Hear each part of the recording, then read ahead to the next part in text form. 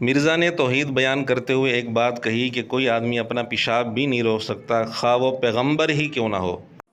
توحید کا تو مطلب ہی یہی ہے کہ کوئی انسان اپنا پیشاب بھی نہیں روک سکتا، خواہ وہ پیغمبر ہو یا عام انسان ہو۔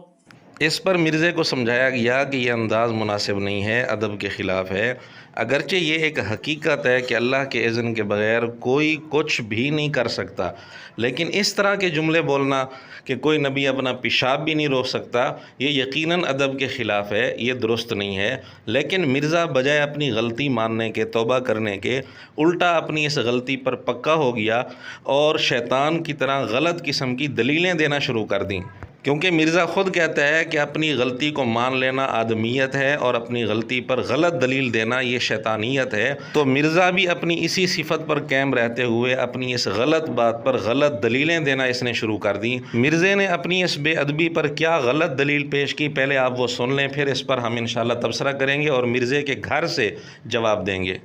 تو میں نے کہا تھا کوئی بڑے سے بڑا بابا ہو یا کوئی پیغمبر ہی کیوں نہ ہو، کوئی شخص اپنا پیشاب بھی نہیں روک سکتا۔ اگر آپ یہ سمجھتے ہیں کہ یہ کفر ہے جملہ تو ٹھیک ہے، پھر آپ اس جملے کو الٹ کریں کہ بڑے بزرگ بھی اور بڑے نبی بھی بغیر اللہ کی مرضی کے اپنا پیشاب روک سکتے ہیں، تو یہ کہیں انشاءاللہ جاتے ہوئے کفر کا فتویٰ آپ کو دے دیں گے ہم۔ آپ کہیں گے نہیں یہ تو نہیں کہہ سکتے، پھر دوسری بات بالکل درست ہے، یہ بات کسی کانٹیکسٹ میں ہو رہی ہے۔ پہلی بات تو یہ ہے کہ بغیر اللہ کی مرضی کے، بغیر اللہ کے اذن کے، یہ لفظ اس نے اس وقت نہیں بولا تھا جب مرزے نے اس طرح کا بے ادبی والا جملہ بولا تھا۔ خیر، مرزے نے اپنی اس بے ادبی پر جو غلط دلیل پیش کی اس کا حاصل یہ ہے کہ مرزا کہتے ہیں کہ اگر یہ کفر ہے یا بے ادبی ہے تو تم اس کا الٹ کہہ کر دکھاؤ، یوں کہہ کر دکھاؤ کہ اللہ کے اذن کے بغیر کوئی نبی اپنا پیشاب روک سکتے ہے۔ اگر یوں کہہ کر نہیں دکھا سکتے تو پھر اس کا مطلب یہ کہنا بالکل درست ہے کہ کوئی نبی اپنا پیشاب نہیں روک سکتا اللہ کے حکم کے بغیر، یعنی الٹ جملہ نہ کہہ سکنا اس بات کی دلیل ہے کہ یہ جملہ بالکل درست ہے۔ اب مرزے کو ہم مرزے کے گھر سے جواب دیتے ہیں۔ مرزا یہ تسلیم کرتا ہے کہ یہ کہنا درست ہے کہ اللہ ہر جگہ موجود ہے۔ اب ہر جگہ میں تو ٹوائلٹ بھی آ جاتا ہے۔ مرزے سے پوچھا گیا کیا یہ کہنا بھی درست ہے کہ اللہ ٹوائلٹ میں موجود ہے، تو مرزے نے کہا نہیں، اس طرح کے جملے نہیں کہنے چاہیے، یہ بس اتنا کہنا چاہیے کہ اللہ ہر جگہ موجود ہے۔ نیکسٹ کوسچن نمبر 31 مدثر بھائی کا فیصلہ آباد سے ایک مولوی صاحب نے کہا ہے کہ اللہ تو ہر جگہ موجود ہے، ٹوائلٹ میں بھی ہے، تو کیا ایسا کہنے سے اللہ کی توہین نہیں ہوگی؟ دیکھیں، لیس کمثلہ شیء، اللہ کی مثل کوئی شے نہیں ہے، یہ باتیں کرنا ہی بالکل غلط ہے۔ اللہ تعالیٰ ہر جگہ موجود ہے جیسا کہ اس کی شان کے لائق ہے، یوں بولا جائے اللہ اپنے عرش پر ہے جیسا کہ اس کی شان کے لائق ہے۔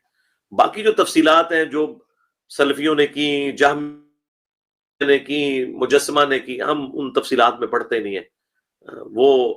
وہ ایک ایسا اندھا کنواں ہے کہ جس کے آگے کچھ بھی نہیں پھر انسان کو نظر آتا، اور اس طرح کی بحثوں نے امت کو بہت نقصان پہنچایا ہے۔ مرزے کے جواب کا حاصل یہ ہے کہ یہ کہنا تو درست ہے کہ اللہ ہر جگہ موجود ہے جیسا کہ اس کی شان کے لائق ہے، لیکن تفصیلات میں پڑھنا اور اس طرح کی باتیں کرنا کہ نعوذ باللہ اللہ ٹوائلٹ میں موجود ہے وغیرہ وغیرہ، اس طرح کی چیزوں نے امت کو نقصان پہنچایا ہے۔ اور بے شک حلول کا عقیدہ نہ بھی ہو تو بھی اس طرح کے جملے، اس طرح کی تفصیلات، جزیات بتانا یہ بالکل بے ادبی ہے اور غلط ہے، اور اس طرح کی چیزوں نے امت کو نقصان پہنچایا ہے۔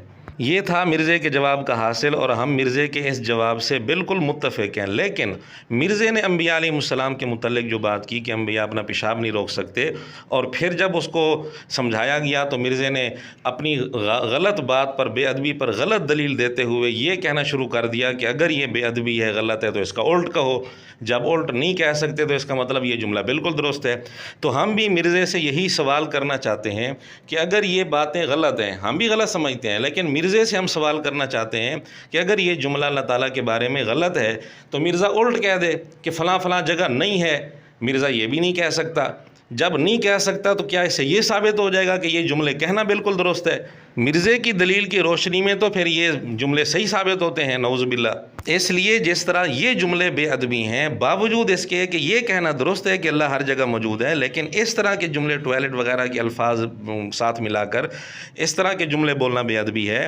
بالکل اسی طرح یہ عقیدہ بالکل اپنی جگہ صحیح ہے کہ اللہ کے اذن کے بغیر کوئی کچھ نہیں کر سکتا، لیکن اس کے باوجود اس طرح کے جملے بولنا کہ کوئی نبی اپنا پیشاب نہیں روک سکتا، یقیناً یہ جملہ بے ادبی ہے۔ اور پھر اس پر یہ دلیل دلیل دینا کہ جی اگر یہ غلط ہے تو اس کا الٹ کر کے دکھاؤ، یہ بالکل غلط دلیل ہے۔ یہ پھر اسی طرح کی دلیل بنے گی جس طرح یہاں مرزے سے پھر سوال کرنا شروع کر دیا جائے کہ اگر یہ جملہ غلط ہے تو اس کا الٹ کر کے دکھا۔ اسی طرح اللہ تعالیٰ ہر چیز کا خالق ہے، یہ بالکل عقیدہ ہے ہمارا اور قرآن کریم میں ہے، بالکل صحیح بات ہے۔ لیکن اگر کوئی آدمی تفصیلات میں پڑھنا شروع کر دے اور گندی چیزوں کا نام لے لے کر کہنا شروع کر دے کہ فلاں چیز کا خالق اللہ، فلاں چیز کا خالق اللہ، پھر جب اس کو سمجھایا جائے بھی یہ جملے بے ادبی ہیں تو وہ مرزے کی طرح دلیل دینا شروع کر دے کہ اگر یہ غلط ہے تو اس کا الٹ کر کے دکھاؤ، فلاں چیز کا خالق اللہ نہیں ہے، فلاں چیز کا خالق اللہ نہیں ہے، یہ کہہ کر دکھاؤ۔ جب نہیں کہہ سکتے تو وہ یہ کہنے لگ جائے کہ جب تم الٹ نہیں کر سکتے تو پھر اس کا مطلب میں صحیح کہہ رہا ہوں۔ یہ دلیل بالکل اسی طرح مرزے کی طرح وہ پیش کرے گا، حالانکہ مرزا بھی اس کو بے ادبی کہے گا۔